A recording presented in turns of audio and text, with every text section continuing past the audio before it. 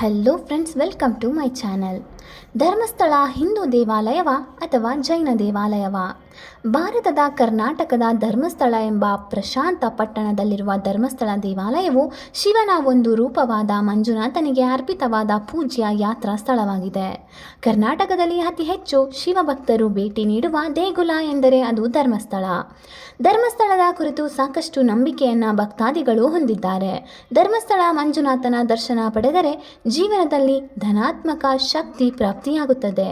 ಮುಂದಿನ ಜೀವನದಲ್ಲಿ ಸಕಾರಾತ್ಮಕ ಅಂಶಗಳೇ ಇರುತ್ತದೆ. ಎಷ್ಟೇ ಸಮಸ್ಯೆಗಳು ಬಂದರೂ ಎಲ್ಲವೂ ನಿವಾರಣೆಯಾಗುತ್ತದೆ ಎಂದು ಭಕ್ತರು ನಂಬಿದ್ದಾರೆ. ರಾಜ್ಯದ ಅತ್ಯಂತ ಪುರಾತನ ದೇವಾಲಯ ಇದಾಗಿದ್ದು, ಧರ್ಮಸ್ಥಳ ದೇಗುಲವನ್ನು 800 ವರ್ಷಗಳ ಹಿಂದೆ ನಿರ್ಮಿಸಲಾಗಿತ್ತು. ಜೈನ ಬಂಟ ಸಮುದಾಯವು ಈ ದೇಗುಲವನ್ನು ಆರಂಭಿಸಿದ್ದು, ಈ ಪುಣ್ಯಕ್ಷೇತ್ರ ಧರ್ಮಸ್ಥಳವನ್ನು ಧರ್ಮ ನೆಲೆಸಿದ ಸ್ಥಳವೆಂದು ಕರೆಯಲಾಗುತ್ತಿದೆ. ಈ ಸ್ಥಳದಲ್ಲಿ ಸಾಕ್ಷಾತ್ ಪರಶಿವನೇ ನೆಲೆಸಿದ್ದಾನೆಂದು ಹೇಳಲಾಗುತ್ತಿದೆ. ಈ ದೇವಾಲಯದ ಗರ್ಭಗುಡಿಯ ಒಳಗೆ ವೈಷ್ಣವ ಪೂಜಾರಿಗಳನ್ನು ಹೊರತುಪಡಿಸಿ ಇನ್ಯಾರಿಗೂ ಅವಕಾಶವಿಲ್ಲ. ಧರ್ಮಸ್ಥಳ ದೇವಾಲಯದ ಮೂಲವು 800 ವರ್ಷಗಳಷ್ಟು ಹಿಂದಿನದು. ಒಂದು ದಂತಕಥೆಯ ಪ್ರಕಾರ ಈ ಪ್ರದೇಶವನ್ನು ಕುಡುಮ ಎಂದು ಕರೆಯಲಾಗುತ್ತಿತ್ತು ಮತ್ತು ಇದನ್ನು ಜೈನ ಮುಖ್ಯಸ್ಥರಾದ ಹೆಗ್ಗಡೆ ಕುಟುಂಬವು ಆಳುತ್ತಿತ್ತು. ಸ್ಥಳೀಯ ದೇವತೆ ಅಣ್ಣಪ್ಪ ಸ್ವಾಮಿ ಮತ್ತು ಮುಖ್ಯಸ್ಥನಿಗೆ ಶಿವಲಿಂಗವನ್ನು ಸ್ಥಾಪಿಸಲು ಮಾರ್ಗದರ್ಶನ ನೀಡಿದ್ದನೆಂದು ನಂಬಲಾಗಿದೆ. ಜೈನ ಆಡಳಿತದ ಹೊರತಾಗಿಯೂ ದೇವಾಲಯವು ವೈದಿಕ ಹಿಂದೂ ಸಂಪ್ರದಾಯಗಳನ್ನು ಎತ್ತಿ ಹಿಡಿಯುತ್ತದೆ. ದೇವಾಲಯದ ವಾಸ್ತುಶಿಲ್ಪವು ಜೈನ ಮತ್ತು ದ್ರಾವಿಡ ಶೈಲಿಗಳ ಸಾಮರಸ್ಯದ ಮಿಶ್ರಣವನ್ನು ಪ್ರತಿಬಿಂಬಿಸುತ್ತದೆ.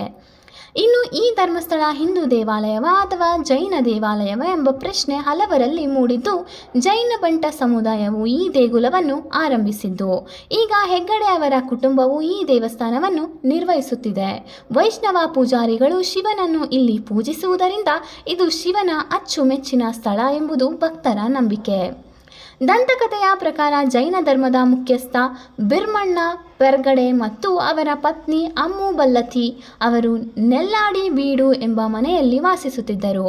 ಪೆರ್ಗಡೆ ಅವರ ಕನಸಿನಲ್ಲಿ ಧರ್ಮದೈವಗಳು ಕಾಣಿಸಿಕೊಂಡರು ಮತ್ತು ನೆಲ್ಲಾಡಿ ಬೀಡುವಿನಲ್ಲಿ ಧರ್ಮದೈವಗಳು ಸ್ಥಾಪಿಸುವಂತೆ ಸೂಚನೆ ನೀಡಿದರು.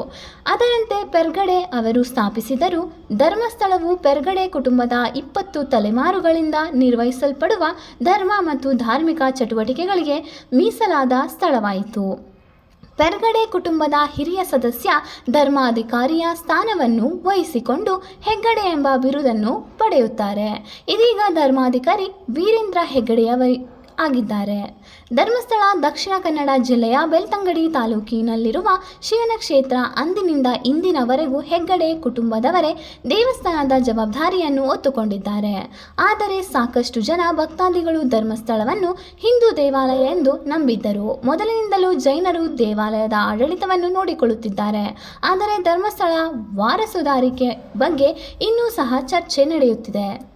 ಈ ವಿಡಿಯೋ ನಿಮಗೆ ಇಷ್ಟವಾಗಿದ್ದರೆ please like, share and subscribe ಮಾಡಿ.